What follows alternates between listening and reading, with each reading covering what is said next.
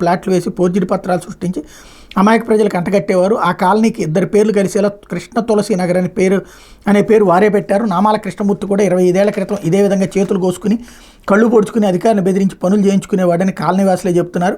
వారి కుమార్తె కొవ్వూరు లక్ష్మి వాళ్ళ మరణానంతరం తల్లిదండ్రుల వారసత్వాన్ని అందిపుచ్చుకుని స్వర్ణభారతి నగర్, కృష్ణ తులసి నగర్, అడవి తక్కెలపాడు, తుఫాన్ నగర్లో ఇదే విధంగా బ్లాక్మెయిల్ స్థలాల కబ్జాలకు పాల్పడుతుండేదని, ఫోర్జరీ పత్రాలతో వేరొకరి స్థలాలు అమ్మేస్తుండేదని స్థానికులు చెబుతున్నారు. ఆమెపై పలు కేసులు కూడా నమోదయ్యాయి.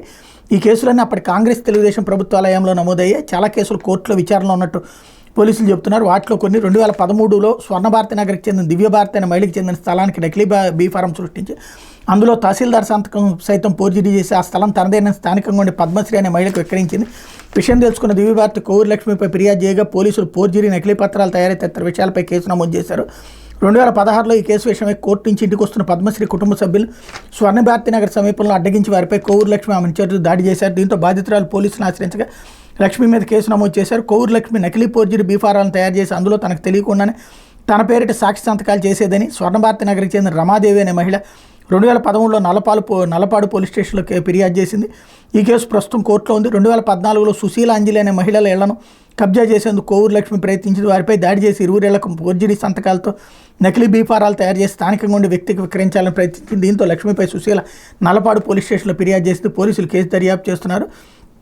2015లో కొవ్వూరు లక్ష్మి తన 15 సంవత్సరాల పెద్ద కుమార్తెకు వివాహం కాకుండా అప్పటికే వివాహం జరిగిందని రెవెన్యూ అధికారులు నమ్మించి ఆమె పేరుతో బీఫారం సృష్టించి ఆ స్థలాన్ని వేరే వ్యక్తికి విక్రయించాలని చూసింది. ఈ మోసాన్ని గమనించిన ఆ వ్యక్తి పోలీసులకు ఫిర్యాదు చేశారు. 2017లో నకిలీ పత్రాలతో మోహన్ రావు అనే వ్యక్తికి ఇంటి స్థలం విక్రయించింది. అయితే ఈ స్థలాల దస్తావేజులు నకిలీవని తేలడంతో ఆయన నల్లపాడు పోలీస్ స్టేషన్లో ఫిర్యాదు చేశాడు. ఈ కేసులో పోలీసులు లక్ష్మిని పలుమార్లు అదుపులోకి తీసుకున్నారు. అయితే ఆమె పోలీసులను సైతం ఏమార్చి స్టేషన్ నుంచి పారిపోయిన సంఘటనలు ఉన్నాయని పోలీసులు చెప్తున్నారు. కొవ్వూరు లక్ష్మికి నిజంగా అన్యాయం జరిగితే ఇదే పని గుంటూరులోనూ తాడేపల్లిలో చేయొచ్చు కదా, ఢిల్లీ వరకు ఎందుకు వెళ్ళారు? ఇక్కడ మళ్ళీ చంద్రబాబు పాత్రే కనబడుతోంది. 1994 నుంచి ఆయన ఆడుతున్న పాత చీఫ్ ట్రిక్స్ని ఇక్కడ ప్రయోగించారు. అవే గుంటనక్క వేషాలు ప్రదర్శించారు. రాష్ట్రంలో అయితే ఆమె నమ్మేవారు ఎవరు ఉండరు. ఆమె అక్రమాల చరిత్ర అటువంటిది. అదే ఢిల్లీలో అయితే ఎల్లో మీడియాతో పాటు జాతీయ మీడియా దృష్టిని, కొందరు జాతీయ నేతల దృష్టిని ఆకర్షించవచ్చు. అందుకే చంద్రబాబు ఇలాంటి చౌకబారు డ్రామాలకు తెరదీశారు అంటూ ఇంకొక వార్తను ప్రొజెక్ట్ చేశారు.